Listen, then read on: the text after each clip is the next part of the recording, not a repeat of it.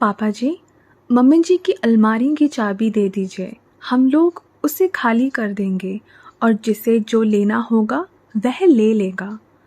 बड़ी बहू मोनिका छोटी बहू सोनम के साथ खड़ी थी। पायल बिटिया कहाँ है?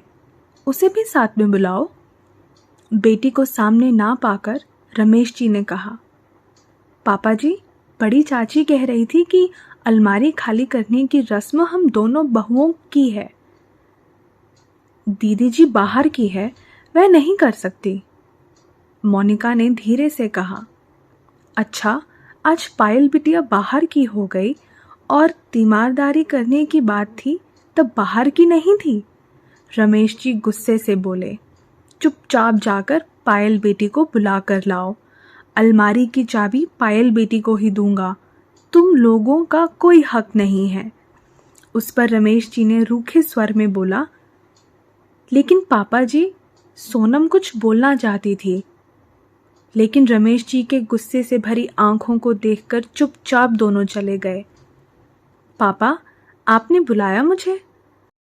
पायल के साथ मोनिका और सोनम भी थी। हाँ बेटा, ये चाबी लो और उसे अपनी मम्मी की अलमारी खोलकर सब सामान यहाँ बेड पर रख दो। रमेश जी ने चाबी पायल को पकड़ाते हुए कहा था, बेटा, सिर्फ कपड़े बाहर रखना, लॉकर से कोई भी सामान मत निकालना।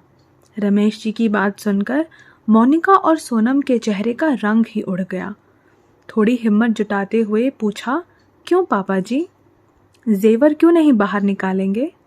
रमेश जी ने कोई जवाब नहीं दिया, बल्कि उससे कहा कि जाओ, बड़ी चाची और बुआ जी को बुला लाओ।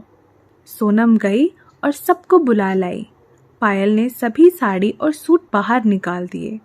कुछ पहनी हुई थी और बहुत सी नई थी। जो लोग सरिता को अच्छे से जानते थे, उन्हें पता ही होगा कि उसे कपड़ों का बहुत शौक था। आपके सामने मेरी सरिता के कपड़े हैं। अगर आप में से कोई प्रसाद या आशीर्वाद के रूप में लेना चाहता है तो ले सकता है।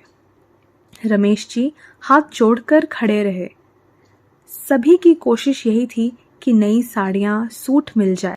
जिसने जो मांगा रमेश जी ने दे दिया था। बेटा, तुम नहीं लोगे अपनी मम्मी की साड़ी? बड़ी चाची ने पूछा।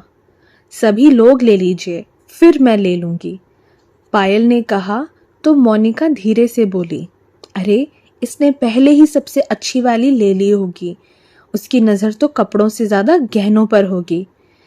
पापा जी, सब इसी को देंगे। मोनिका, जो कहना है जोर से कहो, फुसफुसा कर कहने की ज़रूरत नहीं, ये तो तुम्हारा हक है। सास के बाद बहू का हक होता है। बड़ी चाची मोनिका को इशारे करने लगी। भैया, देवरानी जी के जब कपड़े वगैरह बांट रहे हो तो जेवर का भी बंटवारा कर दो, आखिर है तो सब इन्हीं लोगों का। बड़ी चाची के बोलते ही मोनिका और सोनम की आंखें चमक उठी। हाँ भाभी, आप तो सही कह रही हैं, ये सब इन्हीं का है, लेकिन सरिता की अंतिम इच्छा थी कि जेवर उसे ही मिले जिसने उसकी सेवा की। और जहाँ तक आप भी जानती हैं कि सेवा किसने की। सरिता बेड पर करहाती रहती थी, लेकिन दोनों ने अपने कान बंद कर लिए थे। उन्हें सरिता की तकलीफ ना दिखाई देती थी और ना ही सुनाई देती थी। जब उसे सबसे ज्यादा प्यार, खुशी और अपनापन की जरूरत थी, तभी दोनों ने रसोई अलग कर ली। इन दोनों ने जब कहा तो दोनों ने एक ही सुर में कहा कि अपनी बेटी को बुला लीजिए, हमसे नहीं होगा। वह तो हमें बेटी की ससुराल वाले इतने अच्छे मिले हैं कि उन्होंने तुरंत पायल को भेज दिया। 4 महीने से वह दिन रात मां की सेवा कर रही थी। यहाँ तक कि दामाद जी ने भी बेटा बनकर अपना फर्ज निभाया। इसलिए इन पर सिर्फ और सिर्फ पायल और दामाद जी का हक है। रमेश जी की बात सुनकर बड़ी चाची भी चुप हो गई, क्योंकि उन्होंने भी अपनी देवरानी की दुर्दशा देखी थी। पापा, मुझे कुछ नहीं चाहिए। अरे, मैं तो शुक्रगुजार हूँ अपनी भाभीयों का कि जिनकी वजह से मुझे अपनी मम्मी की सेवा करने का सौभाग्य मिला, वरना शादीशुदा बेटियों को अपने माता पिता के अंतिम दर्शन भी नसीब नहीं होते हैं। लेकिन मैंने मेरी मम्मी के साथ 4 महीने बिताए। मेरे लिए वही बहुत है। इन निर्जीव वस्तुओं का मेरे लिए कोई मोल नहीं। अब सब जेवर दोनों भागों में बांट दीजिए। पायल पापा के सीने से लगकर रोने लगी। बेटा, जैसा तुम कहो, मैं ये जेवर सब में बराबर बांट दूंगा, लेकिन अभी नहीं। मेरे जिंदा रहने तक मेरे पोता पोती और नाती नातिन की शादी में मैं अपनी तरफ से उपहार स्वरूप दूंगा, और अगर नहीं रहा तो किसको क्या मिलेगा?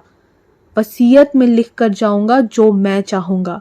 पर अभी मेरी एक शर्त है कि सरिता की सभी क्रियाकर्म होने के बाद दोनों बेटे यह घर खाली कर दें, क्योंकि जिनकी वजह से मेरी सरिता की आंखों में आंसू थे, उन्हें मैं अब इस घर में बर्दाश्त नहीं कर सकता।